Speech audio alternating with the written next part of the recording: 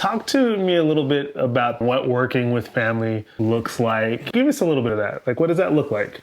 Well, we have all our kids, and all three of them are professional trainers. All three of them do clinics. All three of them do expos and programs, etc. I find that if I treat my kids more like my best friends, when they're grown, if I treat them like my best friends, we have a better relationship. If I treat them like my kids, then my expectations are always higher. I always think, and if I'm too involved in their business and their family life, like the financial stuff in their family life, that's not a good thing because I interject my opinion when I shouldn't be.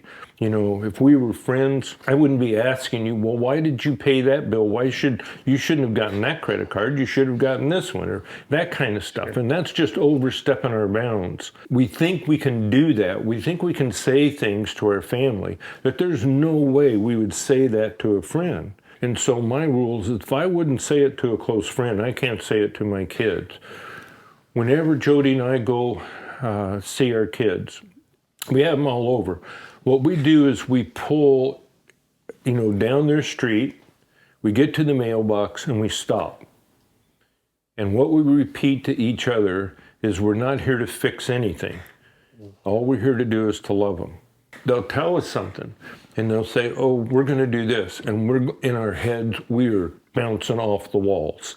We're thinking, oh, no, don't do that. That's going to be such a wreck in your life. Exactly, I'm sure what God is doing when I'm telling him, I'm going to do this, for a while. And he's going, no, And so that's bouncing around in our heads. Don't do that, don't do that. And you really want to give them your great knowledge that you have accumulated over the years. And yet you have to learn to not say a word. And when everything goes bad, and they call you and say, oh man, that was such a wreck. You go, oh, geez, sweetheart, I'm so sorry. And that's it.